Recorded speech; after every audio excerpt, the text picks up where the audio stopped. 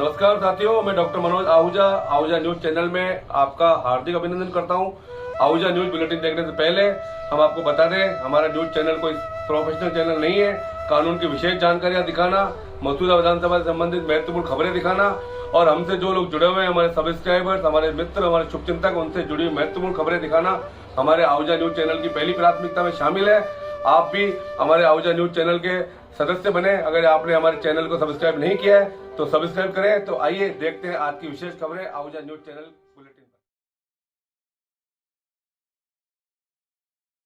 उच्चतम न्यायालय ने सुबह 3:30 बजे एक आरोपी से पूछताछ करने के लिए प्रवर्तन निदेशालय से सवाल किया।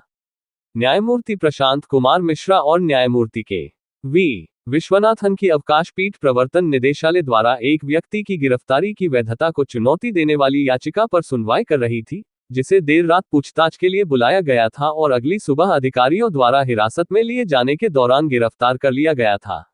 न्यायमूर्ति के वी विश्वनाथन ने कहा, आप उसे सुबह 10:30 बजे बुलाते हैं। हम इस समय को वास्तविक गिरफ्तारी मानेंगे, लेकिन रात 3:30 बजे हम इस समय पर हैं। न्यायालय के निर्णय के लिए मुख्य प्रश्न ये था कि क्या जिस क्षण किसी व्यक्ति की स्वतंत्रता को अधिकारियों द्वारा सीमित किया जाता है, उसे आधिकारिक गिरफ्तारी माना जा सकता है, चाहे गिरफ्तारी ज्ञापन में दर्ज समय कुछ भी हो।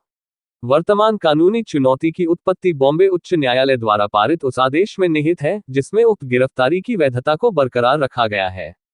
हालांकि आदेश में ईडी द्वारा देर रात को समन किए गए व्यक्ति के बयान दर्ज करने के आचरण की निंदा की गई, जिससे उसके सोने के अधिकार का उल्लंघन हुआ, लेकिन यह निष्कर्ष निकाला गया कि याचिकाकर्ता समन के तहत ईडी कार्यालय में प्रवेश करते समय हिरासत में नहीं था। याचिकाकर्ता का मामला यह है कि उसे 7 अगस्त 2023 को सुबह 10:30 बजे ईडी द्वारा दिल्ली स्थित अपने कार्यालय में बुलाया गया था। इसके अलावा उसका फोन छीन लिया गया और फिर उससे गहन पूछताछ की गई।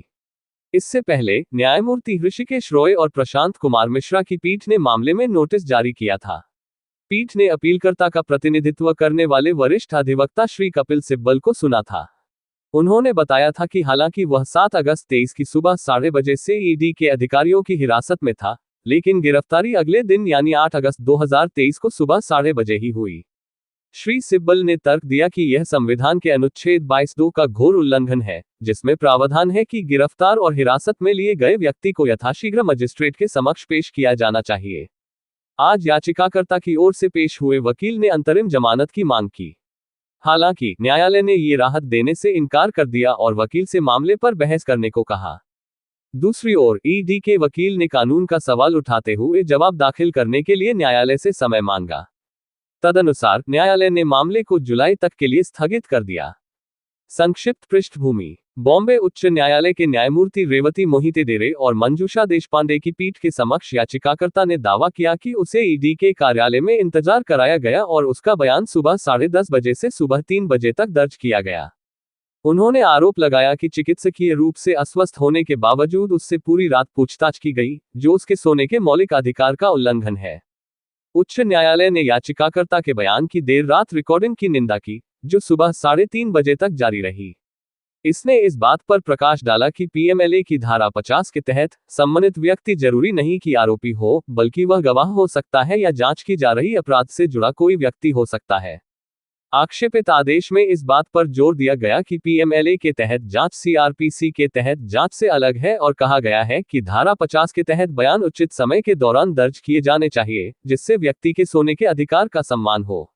अदालत ने कहा कि याचिकाकर्ता ने पहले भी जांच में सहयोग किया था और उसे किसी दूसरे दिन बुलाया जा सकता था।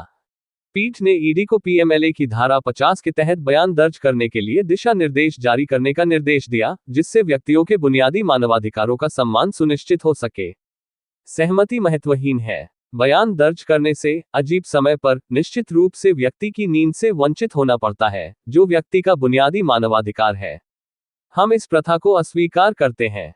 इस प्रकार हम ईडी को निर्देश देना उचित समझते हैं कि वह पीएमएलए की धारा 50 के तहत समन जारी किए जाने पर बयान दर्ज करने के समय के बारे में एक परिपत्र निर्देश जारी करे, जो हमारे द्वारा ऊपर दिए गए अवलोकन को ध्यान में रखते हुए है। घटनाओं की समय सीमा से अदालत ने निष्कर्ष निकाला कि याचिकाकर्ता समन के तहत ईडी कार्यालय में प्रवेश करते समय हिरासत में नहीं था। इसने माना कि याचिकाकर्ता अपनी गिरफ्तारी के बाद ही आरोपी बना और उसे यात्रा के समय को ध्यान में रख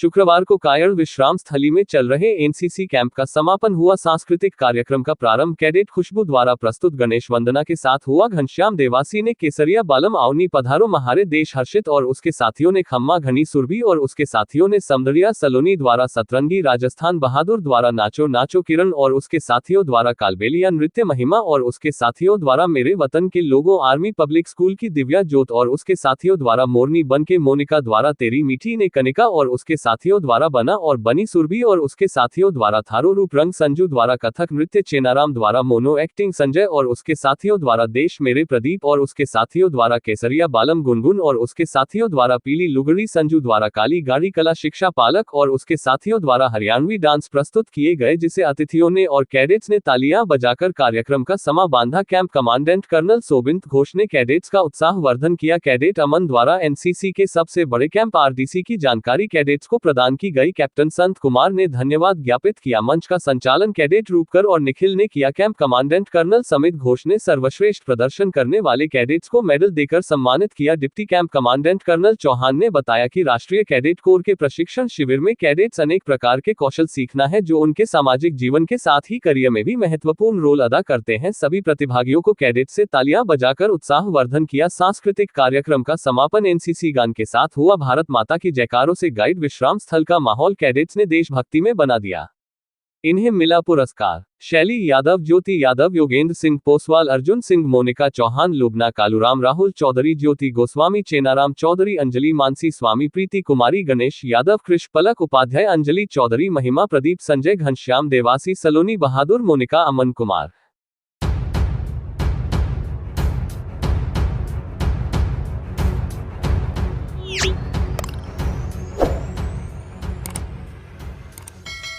राष्ट्रीय विधिक सेवा प्राधिकरण के निर्देशानुसार दिनांक 13 जुलाई 2024 को आयोजित की जा रही द्वितीय राष्ट्रीय लोक अदालत वर्ष 2024 को सफल बनाने, लोक अदालत के उद्देश्यों को परिपूरित करने तथा पक्षकारों को अधिक से अधिक लोक अदालत की जानकारी देने के लिए शनिवार 15 जून को अध्यक्ष तालुका विधिक सेवा समिति एवं अपर जिला एवं सेशन न्यायाधीश संख्या 2 केकड़ी श्रीमान प्रवीण कुमार वर्मा द्वारा लोक अदालत में राजस्व प्रकरणों के लिए नियुक्त नोडल अधिकारी व तालुका स्तर पर लोक अदालत के नोटिस की तामील हेतु नियुक्त नोडल अधिकारी व तालुका के अंतर्गत आने वाले थानों के थानाधिकारियों के साथ मीटिंग की गई।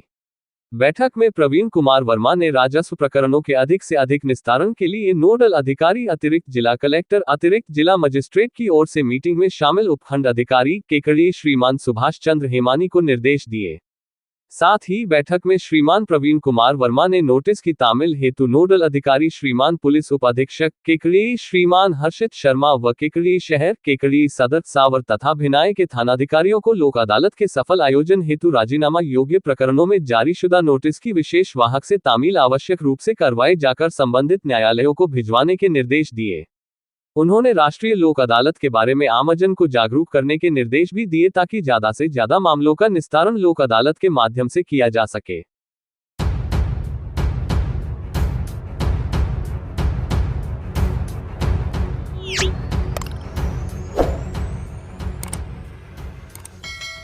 राज्य के मुख्यमंत्री भजन लाल शर्मा का कल 16 जून रविवार को ब्यावर आएंगे।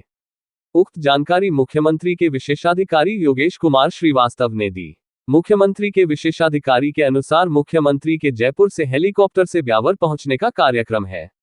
निर्धारित कार्यक्रम के अनुसार मुख्यमंत्री जयपुर एयरपोर्ट से प्रातः 11:05 बजे प्रस्थान कर प्रातः 11:50 बजे ब्यावर कॉलेज ग्राउंड हेलीपैड पहुंचेंगे एवं प्रातः 11:55 बजे कार द्वारा कार्यक्रम स्थल आशापुरा माता धाम पहुंचेंगे। मुख्यमंत्री दोपहर 12 से 2 बजे तक आशापुरा माता धाम ब्यावर में आयोजित विशाल जनसभा को संबोधित करेंगे एवं सामूहिक विवाह सम्मेलन के आशीर्वाद समारोह में भाग लेंगे। दोपहर 2 बजे कार्यक्रम स्थल से कार द्वारा प्रस्थान कर दोपहर 2:05 बजे कॉलेज ग्राउंड स्थित हेलीपैड पहुंचकर यहां से दोपहर 2:10 पर हेलीकॉप्टर से प्रस्थान करेंगे एवं दोपहर 2:55 बजे जयपुर एयरपोर्ट पहुंचेंगे। मुख्यमंत्री यद्यपि Z+ श्रेणी की सुरक्षा में रहेंगे तथापि मुख्यमंत्री की इस यात्रा को लेकर जयपुर, अजमेर, ब्यावर सहित यात्रा स्थल के सभी पुलिस एवं प्रशासनिक अधिकारियों को स्थानीय स्तर पर भी सुरक्षा व्यवस्था को लेकर आवश्यक दिशा निर्देश जारी किए गए हैं।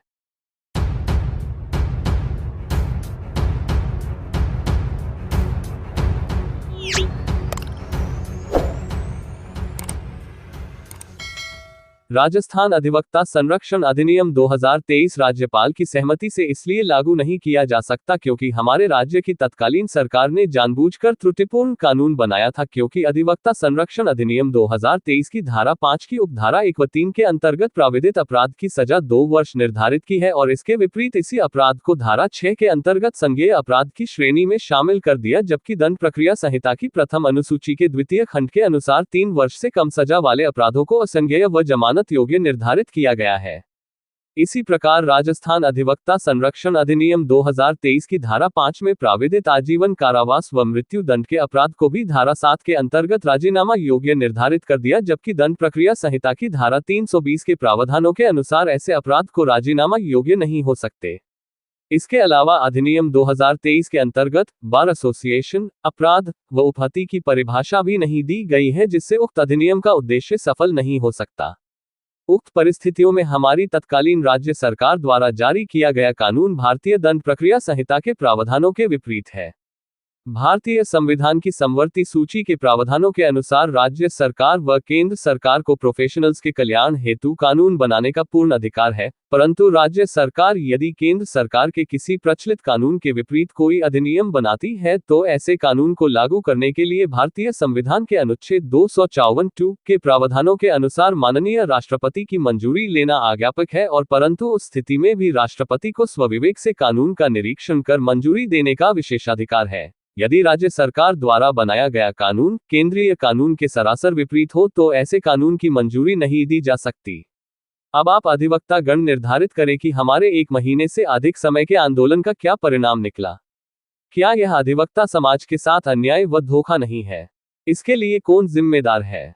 क्या उक्त परिस्थितियों में कर्नाटक सरकार व हमारी तत्कालीन सरकार के विधि विशेषज्ञों का परीक्षण नहीं होना चाहिए, जबकि उस समय भी महाधिवक्ता और अतिरिक्त महाधिवक्ताओं की पूरी फौज थी और उन्होंने हमारे आंदोलन के दौरान भी राज्य सरकार की पैरवी की थी। मेरी उक्त बातों से यदि किसी को ठेस पहुंची हो तो मैं क्षमा प्रार्थी हूं। आपका भाई प्रहलाद शर्मा, एडवोकेट, अध्यक्ष राजस्थान हाईकोर्ट बार एसोसिएशन।